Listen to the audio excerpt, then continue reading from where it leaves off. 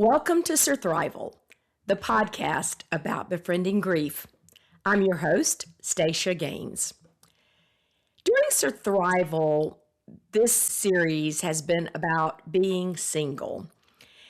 And when I was thinking through the different episodes that I wanted to have, my neighbor, who is a volunteer and mentor with Well House Ministries here in Birmingham, suggested to me that I have one of the Well House graduates on the podcast. And I thought, wow, that's a really amazing idea. So, we are going to be talking about human trafficking and sexual abuse today. So, this would probably not be the episode to listen to with children in the car. And just also a warning, this could be a trigger for some of you. So just to let you know that this is kind of somewhat sensitive subject matter, but I think it's really important to talk about. I think it's important for anyone who might actually have suffered sexual abuse and have grief from that. But I also, even if that's not you, I really hope that you will listen and educate yourself on this really tough topic and begin to look at people who you may see in this situation as victims and look at them as human beings. And so my guest today is Leanne Walters. And again, she is a graduate of the Well House program, which is a super amazing ministry. And so, Leanne, I'm going to let you introduce yourself and tell us more about you. Yeah, thank you so much for having me on your show. Like you said, I'm Leanne Walters. I am a case manager at Nashville Anti-Human Trafficking Coalition. But before that, I suffered in 23 years of active addiction and 8.5 years of human trafficking. And now I'm able to give back and help other women heal from that trauma and that experience. And Miss Susan, that you introduced earlier, she was my mentor when I was at the Well House. She plays a huge part in my journey. She loved me until I could learn to love myself. And so, Mm, yeah, I'm really excited about talking about grief tonight. great. Well, you mentioned 23 years of addiction.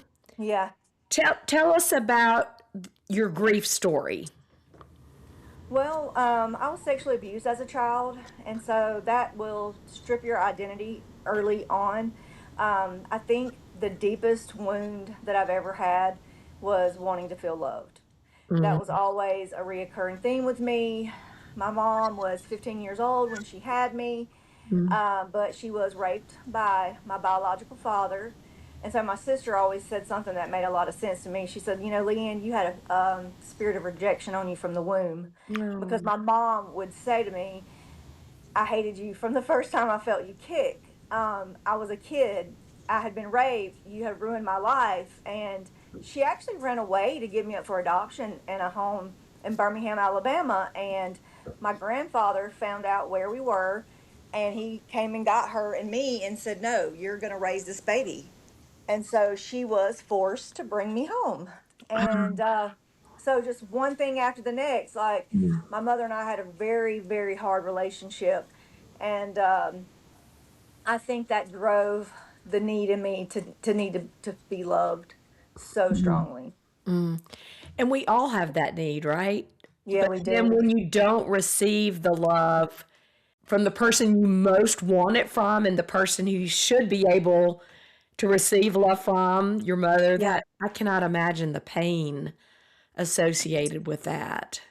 Yeah, it was a lot. It was hard. Mm, Yeah, and then she got remarried, and her husband adopted me, and then they had two more kids, but out of marriage, and I was just kind of like this little thorn in her side over here. I was the bastard, or I was the adopted one, and I think that is really when the first seed of shame started creeping into my life was the word adopted.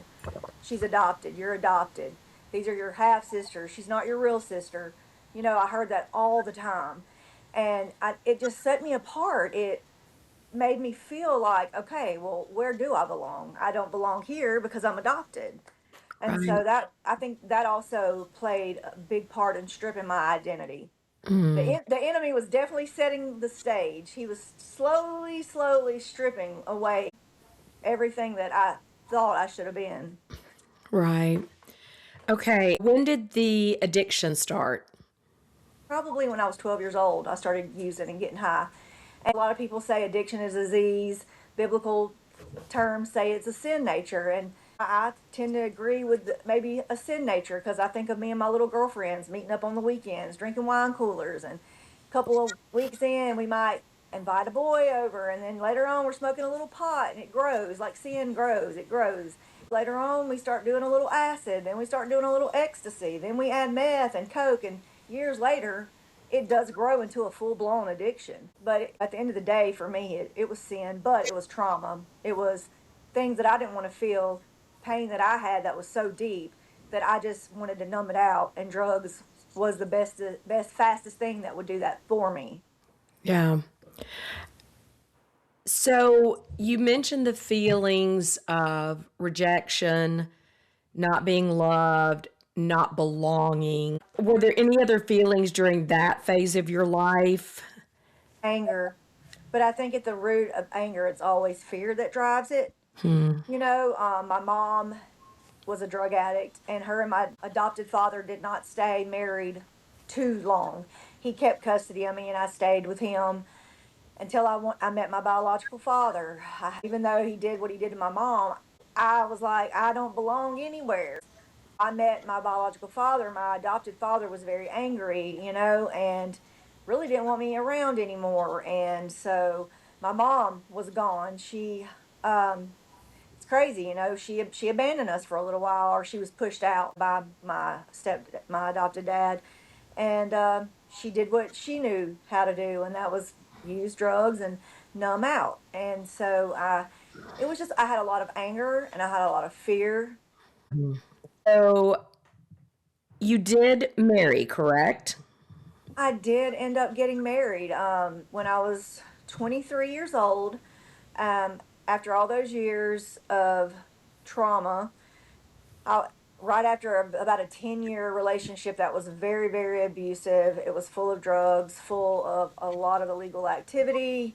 Um, I met a really nice guy. He was really sweet, but he had a worse drug problem than I knew at the time, and my drug problem was worse than what he thought at the time. And we just thought his parents had passed. My grandparents that raised me up after all the things as a kid, after I left, my mom left, and I left my dad, and of course things didn't work out with my biological father because he was a monster, and I went to live with my grandparents. Well, they passed away when I was 17 and then 18. And they were pretty much the only stable thing that I ever had in my life. And I adored my grandfather. Um, so my husband had lost his parents. I lost my grandparents. And so we connected on grief. We Hmm. connected on grief, and we thought that we could love each other's pain away. Yeah. But no, ma'am. All we did was put fuel on a fire with drugs and alcohol, and then thinking, oh, well, we should have some kids because that will fix everything. And of course it did, right? No, no, I had a 2-year old when I met him. He absolutely loved her, and we got married and had two more kids. It's so weird how this generational trauma, like my mom Mhm. had me, then got married and had two more kids, and then ended up leaving. And same story. Me and my husband, we stayed together for about 8 years, and it just escalated. I even went to nursing school and graduated nursing school in 2003. Found out I was pregnant with my son. I never used during my pregnancies, but it wasn't any recovery time. It was just a disruption in my use because I wasn't going to use pregnant, but then I'd stay sober 9 to 10 months, then we'd go right back to it again. Just Hmm. the same pattern. And at the end of my marriage, I went to get drugs from my drug dealer, and I got brutally raped. And that was really the straw that broke the camel's back. My husband couldn't handle that fact. It really tore us apart. And he left. Hmm. And I'm staying in our house, and there is no heat and no power. And I was on drugs. I remember I had a plate of cocaine, and I had been doing it for about 2 days, and I had been up all night for days. Then I got a knock at the door, and it was my biological father. And he'd gotten high with me over the years. We had seen each other a couple more times, and he would use with me. And so when he came, I took a handful of Xanax, and I gave him the rest of my cocaine, and I said, I'm going to go to sleep. I need to sleep. And I had curtains hung up over the windows in my bedroom, and it was completely dark and black in there. And if you know anything about Xanax, you've been up for a couple of days on drugs, you're completely knocked out. And I woke up to someone on top of me having sex with me, and it was my father, my biological father. When I opened my eyes, it was him. And that was my breaking point. Right. I mean, it really was, because my deep desire to be loved, I never felt accepted in in my adopted family. But I always looked at this man, I looked just like my dad. So it was always the deepest desire I had to know him and to be his daughter. And he did this to me. I just remember yelling and telling him to get out of the get out, get out, get out. And he was like, "What?" Like he did not even grasp the concept of what he had done to me. I know that he was sexually abused as a child, and hurting people hurt people, I guess. And he was unhealed, and I had to do a lot of deep work into forgiving him. He died a few months later of a drug overdose. And but after he did that to me, that's when everything went into the darkest place of my life. So what did you do? I did go into a treatment center for a little while. I cried out for help. I need help. And so I went to this treatment center for a little while. When I got out, my kids were coming to see me, and I was staying at my adopted dad's house. And then after about 18 months of no community, not really working a program of recovery, broken, unhealed, hadn't talked about all the trauma, hadn't done anything to really not give my life to God. And I relapsed again, and I was put out of the house. They kept my kids, and then I started living in this little slummy hotel called the Magnolia Motor Lodge. And I think I remember trading my body for the first time for a Hardee's breakfast combo. Somebody had it, and I asked for it, and they said, "Well, in this in return." And that was something my mom always taught me to do too. Like if I needed something, she'd say, "Well, why don't you go get it? You're a woman. You can get anything you want with what you have." And so that was really the way I never really looked at it like I was prostituting at that time. It was just me surviving. And then I realized, well, I don't have anywhere to live. I need this hotel paid for a couple of days. I had so much shame from the relapse. My whole family was just over me. I mean, and they should have been, but I didn't want to ask for any more help. And so I started realizing that I could use my body to get a hotel room. And then the people that would bring money for the hotel room would also bring drugs, and it just drug me deeper and deeper into my addiction. And I always say it like this, I was like a leaf that got dropped into the creek and sucked down really quickly. It wasn't very long before I met somebody that was a trafficker. Back then, I call him pimp, what he was. But now that we educate people, we want to educate people to what they are. They are traffickers of human beings. I had no idea what I was getting myself into. He took some pictures of me and posted me on a web page called Backpage. It was an escort site where Johns can go on there, and you can just scroll and pick any kind of girl you want, any size, any shape, any color, and they call you up, and they ask you your rates, and they ask you where you're at, and they come in and they have sex with you, and they leave the money, and then you give it to your trafficker. And this was my life for the next 8.5 years. I lived in hotels for 8.5 years. I did not live in a home. I did not have a home. I was moved from city to city to city to city to city. I was traded to one trafficker like I was some kind of baseball player or something. But and then the last trafficker I had was a monster. He did a lot of bad things to me. He loved to torture me. He waterboarded me in the bathtub. He choked me all the time. He'd leave me tied up in hotel rooms, and that's ultimately how I finally got away from him in the end. After 8.5 years, sad to say, but he got addicted to meth with me. He was not a drug user, but I knew that that would be my way out. And Oh. okay, here you go. Sure, do some. I tried to say no at first, but then I was like, you know what? This is going to be my way out. And so we were in Prattville, Alabama, actually at the time, in a hotel.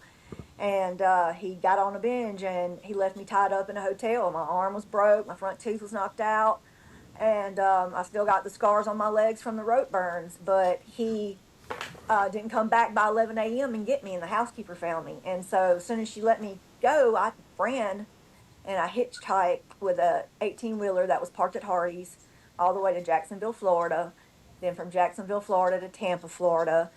And I called the well house on the way because I had been arrested in a prostitution sting where they were looking for traffickers in 2017.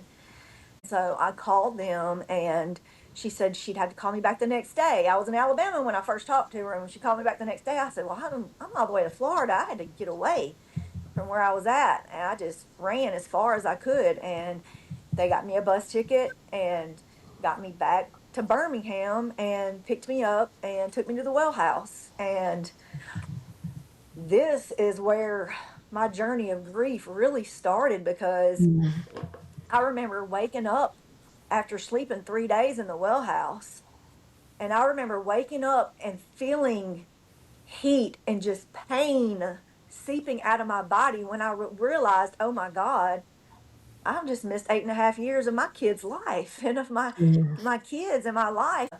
There was so many days I wanted to die. There was so many days I wanted to kill myself. I would wake up every day and say, bring it, God. What do you have? You know, I was in Miami and Houston and Dallas and all this. My family didn't even recognize who I was anymore. You know, my sister saw me one time passing through. She met me at a gas station and she said, Leanne, it scares me to even look at you. She said, because you don't even look physically nothing like yourself. And I could see the fear in my sister's eyes when she saw me. And so what did Shane say? You can never go back around your kids. You can never go around them. They're better off without you. My mom used to tell me, Leanne, everything you touch turns to, I don't need to be anywhere near my kids. Look at me. Look what I've become. Like, I could never go back here. How can I ever go be a mother again? How could I ever be a wife again? Nobody is ever going to want me after this. Look what I have become. And my journey started at the well house, and it was a lot of work, a lot of therapy.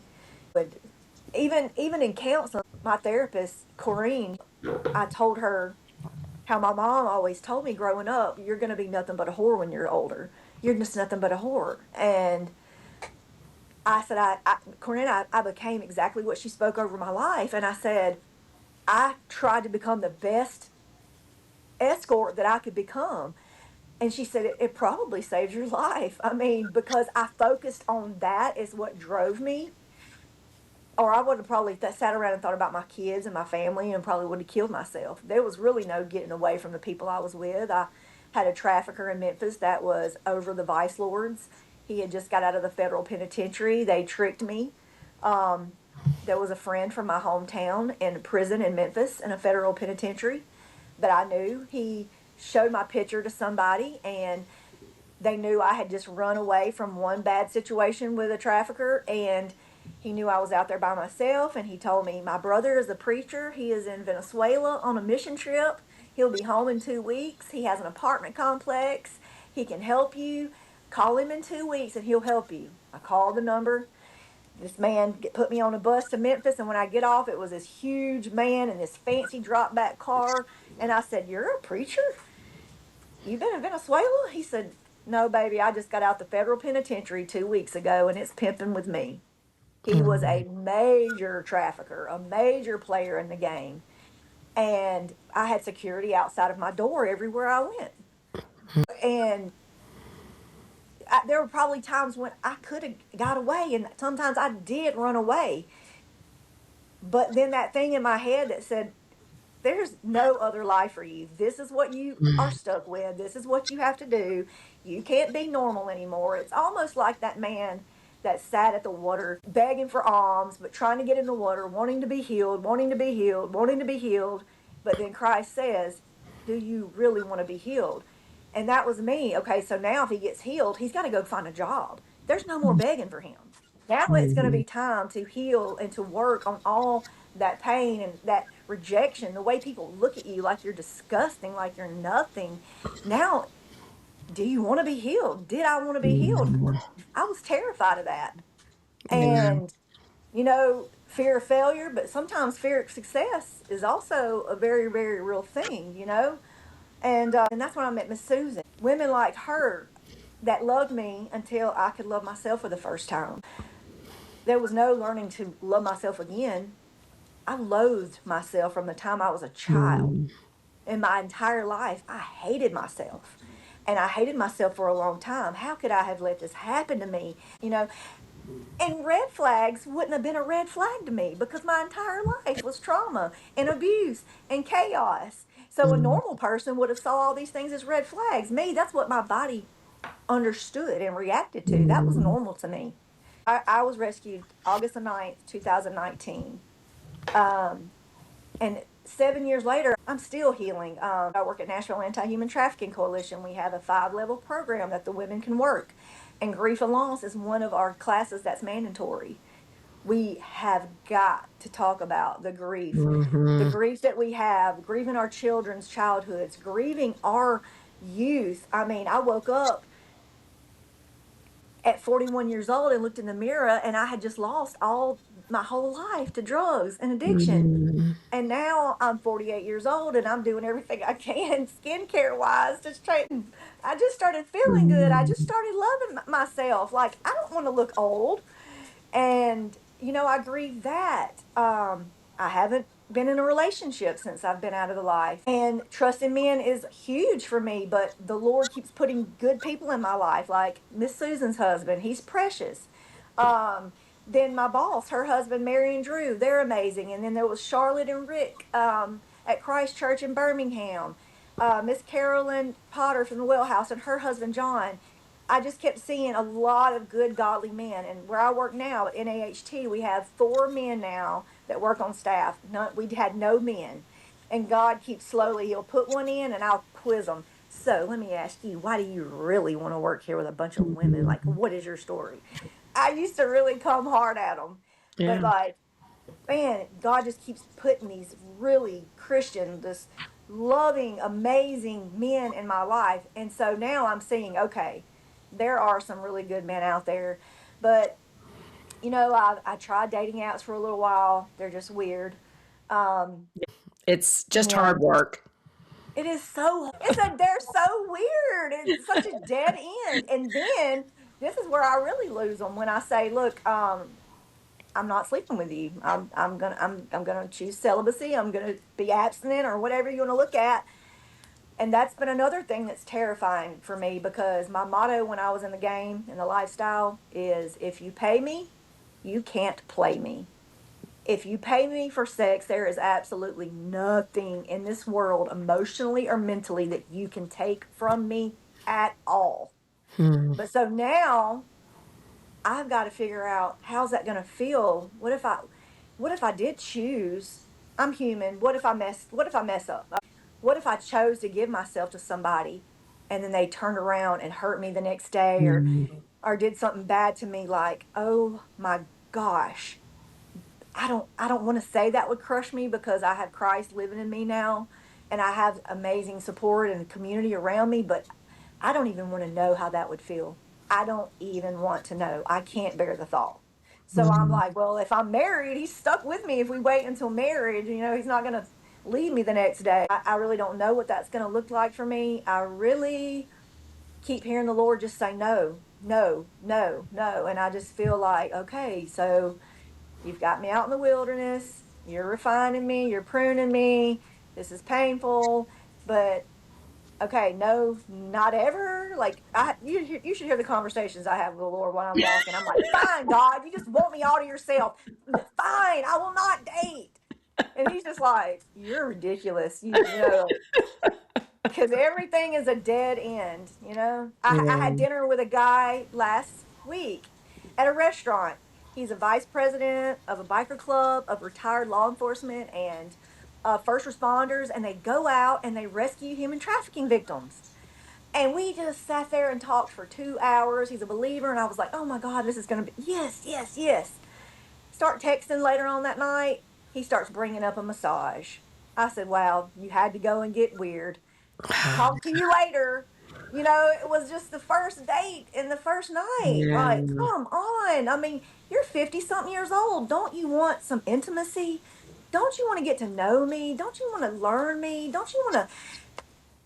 I'm Mm, dying for that. yeah. I'm dying for real intimacy. Mm-hmm. Yeah.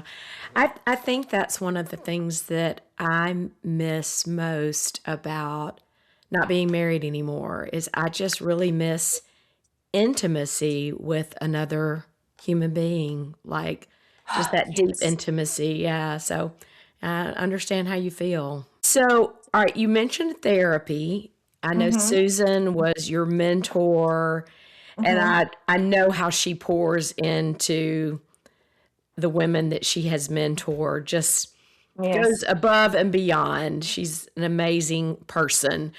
Yeah. What other things helped you work through your grief, Leanne? What are some of the other coping mechanisms that were healthy?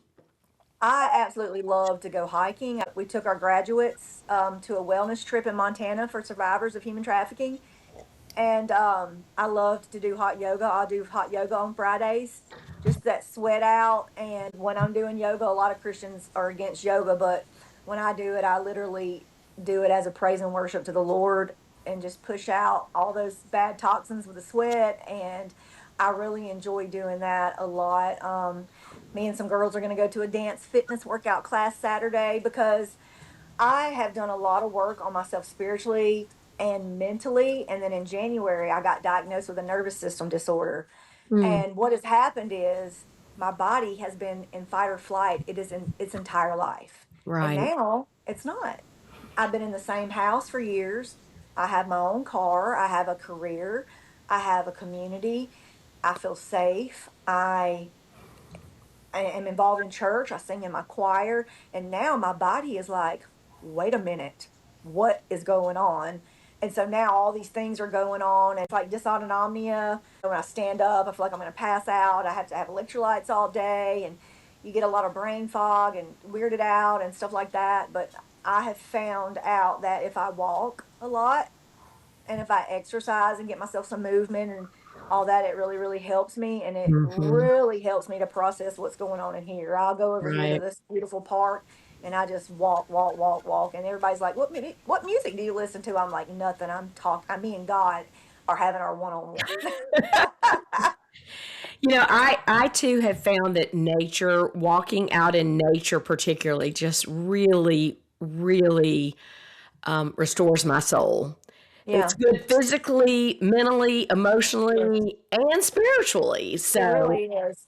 And I have a little dash hound named Floki. He's my little emotional support dog. Miss Susan knows Floki, but I'd be so lonely without him. He's just a yeah. warm body beside me every night, waiting for me here when I get home. He's my little sweet dog.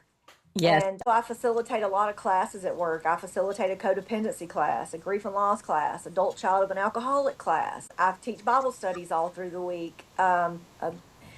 And we have identity classes. I teach the girls a lot about trauma bonds because that was my biggest shame when I Mhm. got into the well house. I was like, how did I let this happen to me? I was married with 3 kids and I had a nursing degree. Like, what is wrong with me? It was part of Mhm. me hating myself, but I read the book by, I think, Patrick Carnes called The Betrayal Bond. And it's about exploitive relationships and it tells you about trauma bonds. And that explained it. It was just from the years of abuse, and it was my Mhm. body was wired to that, and so now I do a lot of classes with the girls, mingling of the souls about God's love and design, a redemption for sex and marriage. We do arts and crafts surrounding trauma bonds, red light, green light. We make little projects of what looks like, what's the red flags, what are the yellow flags, what are the green flags, because when you Mhm. do grow up in dysfunction, sometimes normal people would Don't learn to recognize, wait a recognize minute, them. something is wrong with this. Yeah. But some people just don't know. Yeah. And so I spend a lot of time teaching the ladies about trauma bonds and understanding those things. Mhm. And so all these things are all therapeutic and healing for me, and I still do therapy. It's been 3.5 years. I cannot say enough good about Mhm. therapy that's a good fit for you and who understands you and can call you on when you say something that's not quite right.